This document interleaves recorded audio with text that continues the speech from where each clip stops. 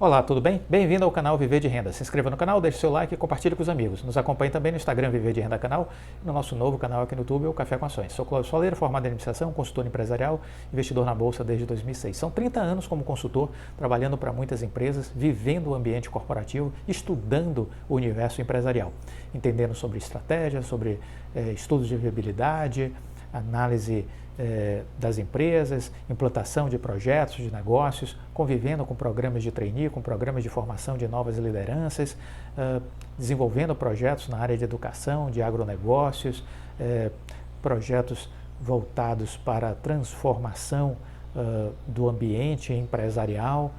Essa vivência, essa experiência, esse conhecimento acumulado me fez chegar até aqui. E aqui no Viver de Renda eu procuro compartilhar com vocês essa minha curva de aprendizagem.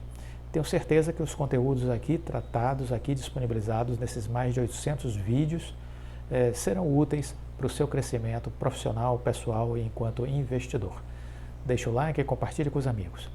Muito bem, fiz um vídeo mais cedo falando sobre a Raíssa Leal, sua história e como é importante a gente ter boas histórias para contar. Eu às vezes fico decepcionado, vamos dizer assim, com o dia a dia da mídia brasileira de uma forma geral, porque há uma ênfase muito grande em coisas ruins, tragédias, violência. Eu sei que o mundo tem muito disso, claro que eu sei, mas o mundo não é só isso, né? E eu aprendi com uma amiga minha que é preciso escolher com o que se conectar. Existem as coisas ruins? Existem. Acontecem todos os dias, acontecem. Mas existem coisas maravilhosas acontecendo todos os dias. Então, com o que nós queremos nos conectar? Com as coisas ruins ou com as coisas boas? Eu passei a ser seletivo. Eu passei a não querer mais me conectar com as coisas ruins e passei a querer me conectar só com as coisas boas, porque as coisas boas nos estimulam, nos inspiram. Então, no vídeo mais cedo eu falei um pouco sobre a Raíssa Leal, porque é uma história inspiradora, uma história que nos motiva a acreditar nos sonhos. Isso é muito bacana. Quero trazer agora uma outra história também, que eu achei muito bacana desde que comecei a me inteirar um pouco sobre esta pessoa.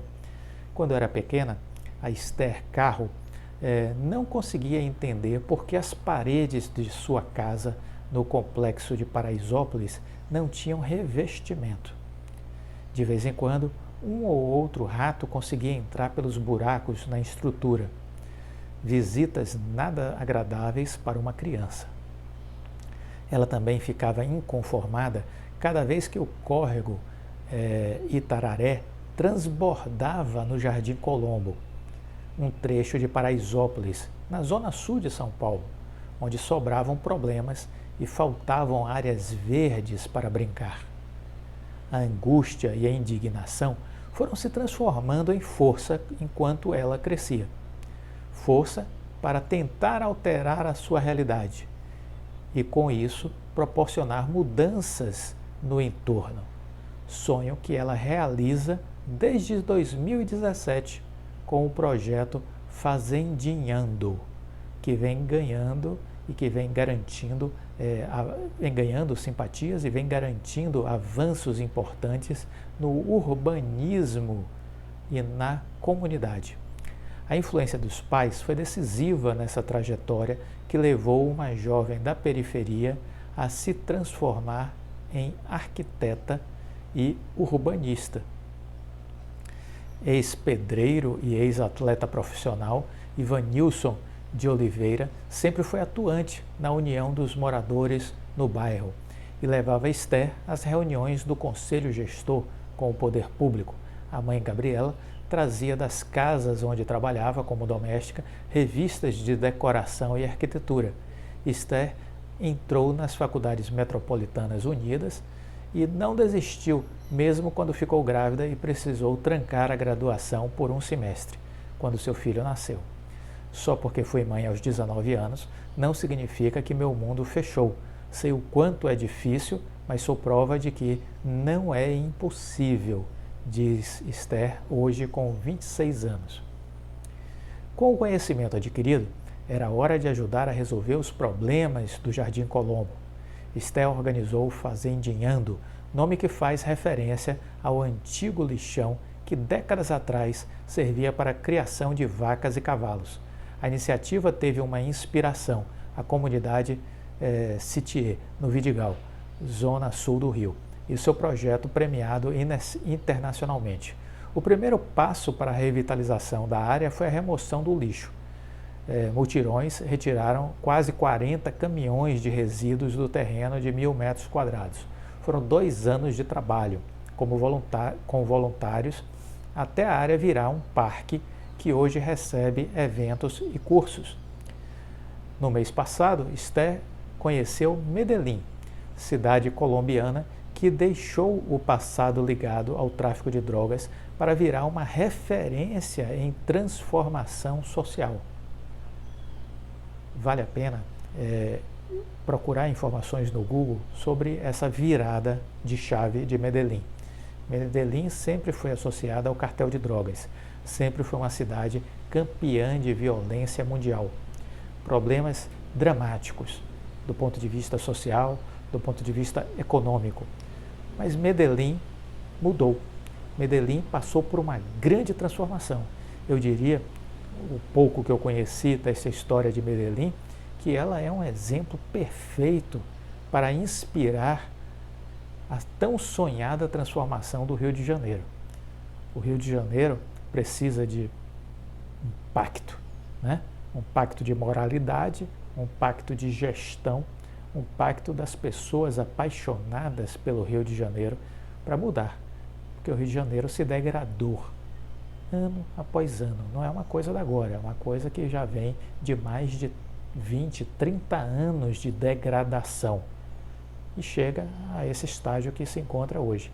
Medellín foi isso, mesmo processo de degradação, mas mudou.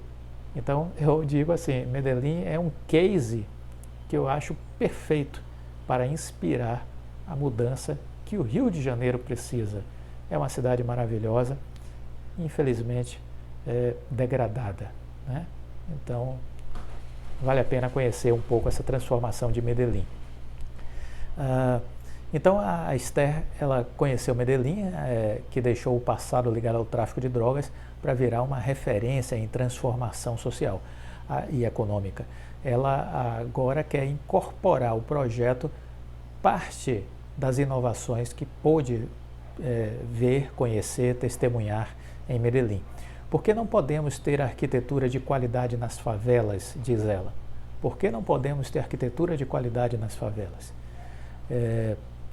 Durante a pandemia, o seu projeto passou a investir também em ações de capacitação dos moradores, principalmente das mulheres. 80 conseguiram certificados após aulas virtuais, vídeos enviados pelo WhatsApp por profissionais voluntários, em áreas como gastronomia, construção e artesanato. É possível transformar a nossa realidade. Há esperança, há esperança. Uma jovem arquiteta, uma jovem de Paraisópolis, uma jovem que viveu na adversidade, mas que sabia que a educação seria a grande estratégia de transformação para a sua vida, né? Motivada talvez por aquelas revistas de arquitetura, de decoração que sua mãe levava para casa, aquilo talvez tenha sido um clique, né, para ela. E ela então resolve fazer arquitetura, mas sempre buscando trazer aqueles conhecimentos para uma ideia de transformação da realidade que ela tinha visto e vivido durante tantos anos. E aí vem esse desejo dela de transformar a sua comunidade. Isso é muito bacana. São pessoas assim que a gente precisa estar divulgando, né? Existem sempre bons exemplos de histórias no Brasil. O que falta é a devida divulgação dessas histórias para que a gente possa então ter fontes de inspiração. O Brasil precisa de inspiração, transpiração e inspiração. Ou seja, precisamos de pessoas que nos motivem a sonhar, a acreditar nos nossos sonhos e que nos mostrem que para realizar os nossos sonhos precisamos de transpiração, precisamos de trabalho, porque não existe atalhos, não existe vida fácil, não existe dinheiro fácil, não existe enriquecimento da noite para o dia, né? Tudo isso é picaretagem, tudo isso é canto de sereia, tudo isso é discurso de bandido, né? Que está aí lhe prometendo mundos infundos, tentando lhe ludibriar. Se aproveitar do quê? Da sua inocência, da sua ganância e para meter a mão no seu bolso. Esse é o objetivo dessa turma. Então, busque boas referências e não abra mão da sua capacidade de sonhar, né? A história da Esther Carro, a história da Raíssa Leal é nesse sentido de mostrar que nós desde cedo devemos ter desenvolvido em nós a capacidade de sonhar, de acreditar nos nossos sonhos, de sonhar grande, de querer fazer diferença na nossa própria vida, de querer fazer diferença no mundo também. Porque eu acredito muito nisso, porque eu tive uma experiência, vamos dizer assim, mágica com um bilionário alemão que eu conheci e que prestei serviços para ele durante um bom tempo enquanto consultor, e ele me dizia isso: nós precisamos ter espírito de servir. Olha que coisa fantástica! Nós precisamos ter espírito de servir. E eu olhava assim para ele, eu jovem ainda, 21 anos, e eu ficava olhando e disse: poxa, esse cara é cheio do dinheiro, ele é um bilionário. Como assim espírito de servir? E aí eu ficava observando esse espírito de servir ia aos mínimos detalhes.